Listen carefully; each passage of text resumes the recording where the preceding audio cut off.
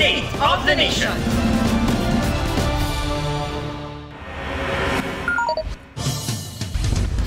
Lumubog ang bangkang iyan, nakalahok sa fluvial procession sa Cebu City. Dali-daling sinagip ang mga sakay habang napupuno ng tubig ang bangka. Ayon sa Philippine Coast Guard, padaong na sana ang bangka ng babangga ng isa pang sasakyang pandagat. Nagkasundo na raw ang mga sangkot sa banggaan. Patuloy naman ang investigasyon ng PCG. Ilang kongresista raw ang inutusan ni House Speaker Martin Romualdez na magpapirma para sa People's Initiative para itulak ang charter change. Ayon po yan kay Senator Bato de la Rosa. Itinanggi ito ni Romualdez. Kinundi na naman ni dating Pangulong Rodrigo Duterte ang umano'y suhulan kapalit ng pangangalap ng pirma. May report si Mav Gonzales.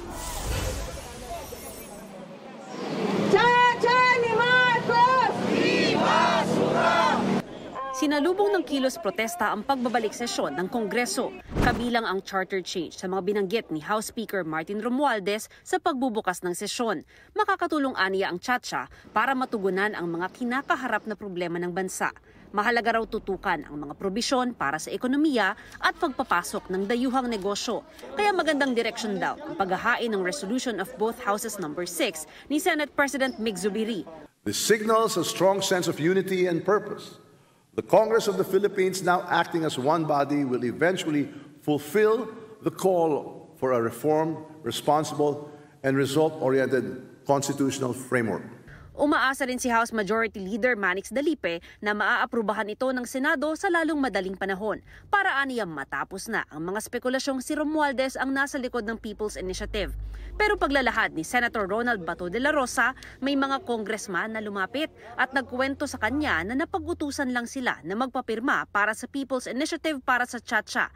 Sabi raw ng mga ito, si House Speaker Martin Romualdez ang nag-utos umano sa kanila. Boss, pasensya ka na, just following orders lang kami. May orders yung aming speaker. So, sunod lang kami sa order. Following orders lang daw sila. So, wala tayong, mahirap din sisihin mo sila.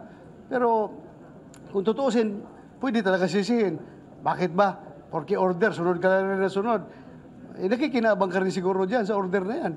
Nasagap din ni De La Rosa ang impormasyong binibigyan umano ng claim stub ang mga pumirma sa Davao City. Pipirma sila, nag-inisyuhan sila ng claim stub. Siguro yan para sa tupad o sa AX. May 3,000, meron ng 100. It's Senator Bato talking. I don't know what he's talking about. He has not mentioned any congressman, so I don't respond to. So you didn't give any orders po? Kinundi na naman ni dating Pangulong Rodrigo Duterte ang umano'y nagkalat na suhulan sa Davao City.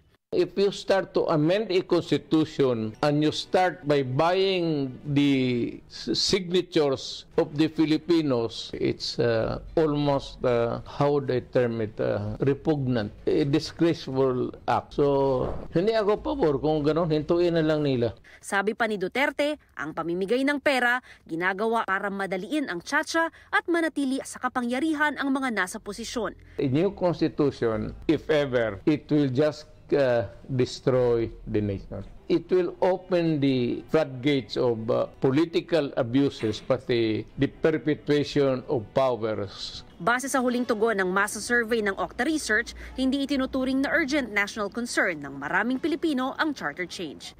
Mav Gonzales, nagbabalita para sa GMA Integrated News.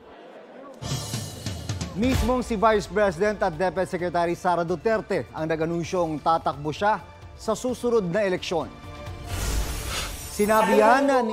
Ako ang igsuon, si Mayor Baste o ako ang maguwang, si Congressman Mulong, nagsulti sila, di sila magagan. Basin, di sila magagan sa sunod na eleksyon. So mula na ako din sa inyo ha, kay mangampanya ko sa inyo ha, kay magagan ko sa sunod na eleksyon. Sinabi ni Duterte sa kanyang pagbisita sa barangay Bago Galliera sa Davao City. Hindi binanggit ni Duterte kung para sa anong posisyon ng kanyang tatakbuhan. Sa 2025, ang susunod na eleksyon, para sa mga senador, kongresista at mga lokal na opisyal. Matatapos naman ang kanyang termino bilang Vice Presidente sa 2028. Sinusubukan naming linawin sa tanggapan ng Vice Presidente ang kanyang pahayag. Inihayag din ni Duterte ang kanyang pagkadismaya sa umano'y pamimili ng pirma para sa charter change sa pamamagitan ng People's Initiative. Malamig sa ilang lugar, ramdam naman ng ilang magsasaka ang epekto ng El Nino dahil sa natutuyot nilang taniman at sakahan. Sabi ng Pag-asa, darami pa ang mga probinsyang makararanas ng tagtuyot. Narito po ang aking report. Nagbibitak-bitak na lupa, nalalantang mga pananim na gulay. Ang ilang palay walang laman ang mga butil kaya pinapakain na lang sa hayop.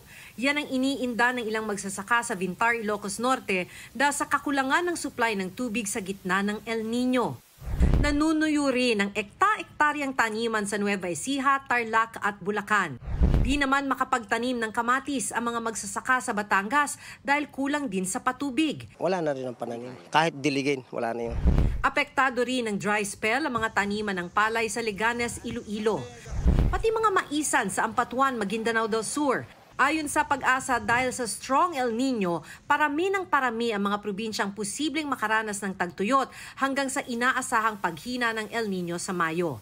Sa ating forecast, mas maraming areas ang maaaring makaranas ng mas nasa drought condition sa malaking bahagi po ng Central Luzon at Northern Luzon.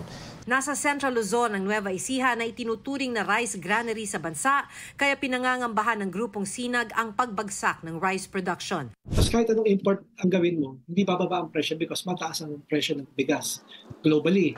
Pero di raw yan mangyayari, sabi ng Department of Agriculture. Mabababa ang rice production because of the El Nino? Yung binigay sa amin na report ay hindi. Mas maraming hybrid ngayon ang tinanim. Apektado rin ng dry spell ang paglaki ng mga bangus. Bumababa raw kasi ang level ng tubig sa mga palaisdaan. Inaasahang bababa rin ang water level ng mga dam. Sabi ng Pag-asa, posibleng magbawas ng tubig na isinusupply sa mga bahay. Handa raw ang Local Water Utilities Administration na namamahala sa mga water districts sa probinsya. Sinusubukan naming kunan ng pahayag ang National Water Resources Board tungkol sa paghahanda sakaling magkulang ang tubig sa Angat Dam na pinagmumula ng tubig sa mga kabahayan sa Metro Manila at ilang karatig probinsya, pero wala pa silang tugon sa ngayon.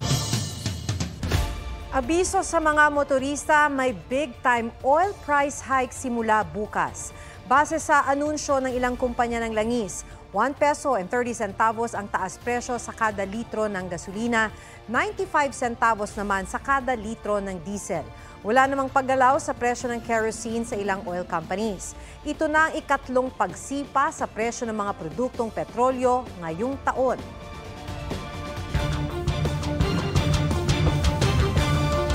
Nasundan ng rambol ang pagdiriwang ng pista ng Santo Niño sa Tondo, Maynila. Nagkakasiyahan ng mga residente ng Barangay 38 nang dumating ang ilang lalaking naka-blue sa Kagitingan Street. Ilang sandali lang nagkagulo na. Nagkabatuhan ng bote at upuan. Umawat ang rumespondeng barangay pero di na naabutan ang grupo ng mga dayo raw sa lugar. Di bababa sa 5 ang sugatan. Kwento ng isang residente, nagugat ang gulo sa maling akala na ang dayo ang pinapauwi niya dahil lasing na.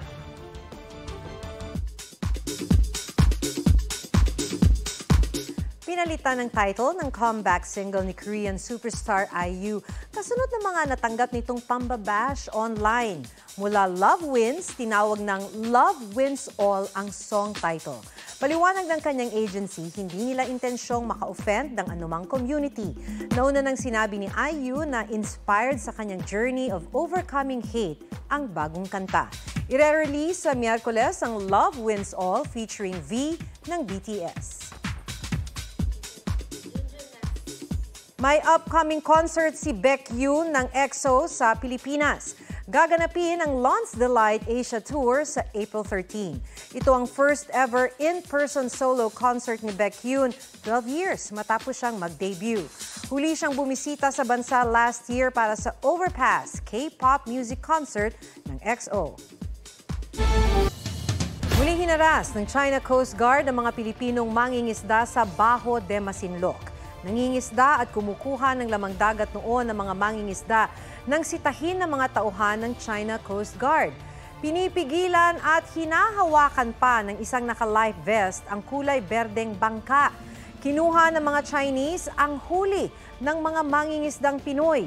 Nangyari ito noong January 12, 5 araw bago nagpulong ang mga opisyal ng Pilipinas at China at nangakong patitibayin ang maritime communication at pagresolba ng mga issue sa West Philippine Sea.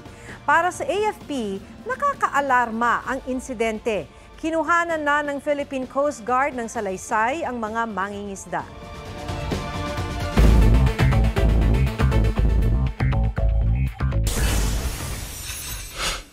Dating Makati Mayor Elenita Binay absuelto sa kasong malversation at graft. Kaugnayan sa 9.9 million peso supply contract para sa equipment ng ospital ng Makati na di umano'y hindi dumaan sa public bidding noong 2001. Inabsuelto si Binay ng Sandigan Bayan dahil hindi raw napatunayan ng prosekusyon na guilty siya beyond reasonable doubt. Pinawalang sala din ng kanyang mga kapwa-akusado, maliban lang sa dalawa na nahatulang guilty sa kasong graft. Sinubukan namin kunan ng pahayag si Binay, pero ngumiti lang ito sa kamera. Bilang ng patay sa baha at landslide sa Davao Region, nasa 16 na. 7 lugar na roon ang isinailalim sa state of calamity bunsod ng pag-uulang epekto ng shear line. Sa tala ng Office of Civil Defense 11, aabot sa mahigit 600,000 ang apektadong residente. Mark Salazar, nagbabalita para sa GMA Integrated News. Dahil sa mga aksidente na kinasasangkutan ng mga e-bike sa Metro Manila, pinag-iisipan ng LTO na higpitan ang kasalukuyang regulasyon sa pagrehistro rito at pagkuha ng lisensya ng mga nagmamaneho nito. May report si Katrina Son.